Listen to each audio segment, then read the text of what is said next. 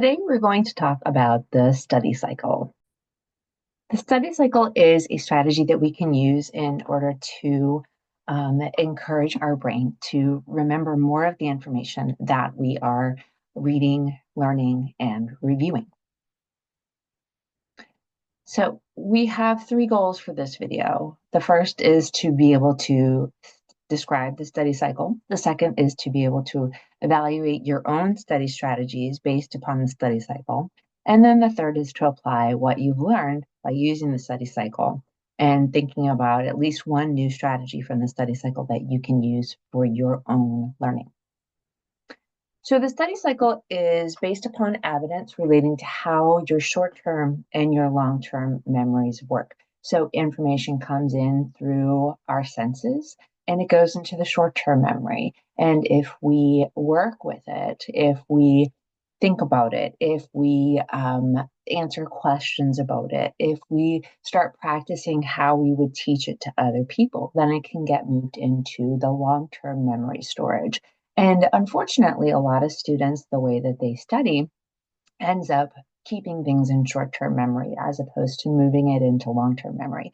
And so when we go to take a test or we go to access that information in a later class, we're not able to pull it up as quickly, or maybe we don't even remember learning it because it didn't get moved into long-term memory. So the question really becomes, are we learning? Is it going into long-term memory, or is it being put into short-term memory and then kind of getting flushed because it's not going into long-term memory? So I'm going to describe the study strategy cycle. And as you're going through this video, I want you to pause and think about, do I do this part? If not, how can I work this into my own personal reviewing, learning, studying habits? Okay. So the first part of the study cycle is to preview the information that you're about to learn. So one thing that you could do is you could go through the textbook and look at the headings, look at the bold words. If your instructor sends you notes for an upcoming lecture, then you can review those notes. So it starts off with kind of telling the brain, hey, this is what we're about to learn. So that's what the preview is all about. The second is to attend. Now, if we're going to face-to-face classes, then going to class, participating, asking questions that we have, especially questions that we might have come up with during the preview part of our study cycle, might be very useful. And then if you're taking online classes, then you want to make sure that you are watching the videos that your instructor prepares for you or doing the activities that the instructor gives you to do. And as you're doing those things, come up with questions that you can ask your instructor, either via email if you're taking an online class or during class. Once we've attended either face-to-face class or we've paid attention to what we're supposed to be working on, the next step is going to be review. So the best strategy for reviewing what you just learned through the attention part is to review directly after. So if you have a face-to-face class, sitting down directly after your face-to-face class and reviewing your notes and comparing them to the information that you have, whether it be from a textbook or whether it be from guided notes provided by the instructor. And so you want to review what you've learned so far and what information the instructor provided for you. The next step is going to be doing an intense study session, which we'll talk about in a minute. And intense study sessions can be done for multiple classes. And again, this is something that we can use throughout all of our classes. It's not just going to be for this one class. And after we've finished that intense study session, we want to assess ourselves. We want to look at the learning outcomes and the goals that we had for learning for that session and figure out, have I actually reached this goal? And this is where the learning outcomes from a unit or the learning outcomes from a course are going to come in really handy. Now, you also may have an assessment from an instructor who says, once you've finished this module, then, take this quiz. And that is assessing your learning as well. But probably before you take that quiz, you're going to want to assess your own learning, figuring out where the gaps are, and going back to that section of the learning and reviewing it. So let's talk about these intense study sessions. So an intense study session starts off with setting a goal, and this should take between 1 and 2 minutes. So we really want to figure out, okay, in this intense study session, what do I want to do?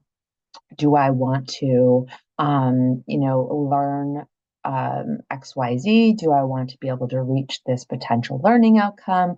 Do I want to get through XYZ number of pages? Do I want to review the information for exam? What are we actually setting our goals for? And then we want to study with focus for between 30 to 50 minutes.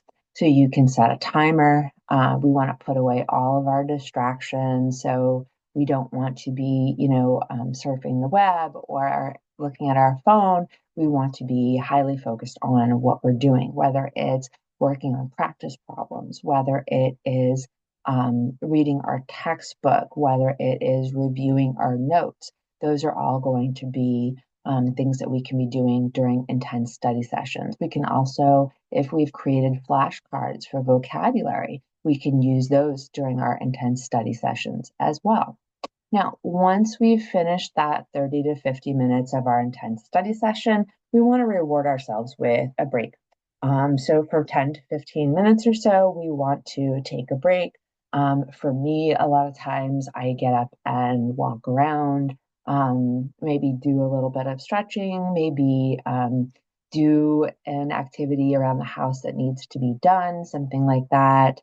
But we don't want to be doing something that can drag us into longer than our 10 to 15 minutes, such as scrolling through social media, because we know that sometimes what ends up happening is that 10 to 15 minutes turns into, I'll just study again some more another day. So we don't want to do that. Okay.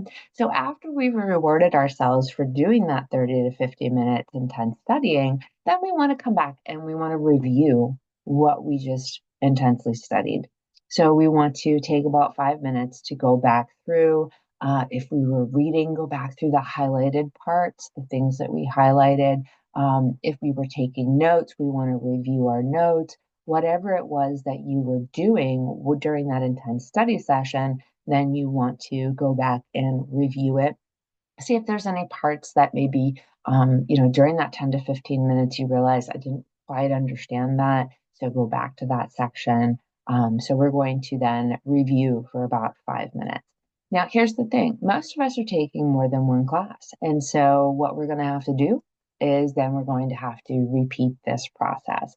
And I do suggest that we are going to be doing an intense study session for at least one intense study session per day per class, because the research shows that learning some every day as opposed to trying to cram all of the information in at the end of a week or at the end of a unit or things like that is going to be difficult. So things you want to think about. Which of these strategies do you use currently? The next thing you want to think about is which of these strategies or activities will you add in your effort to change your academic strategies?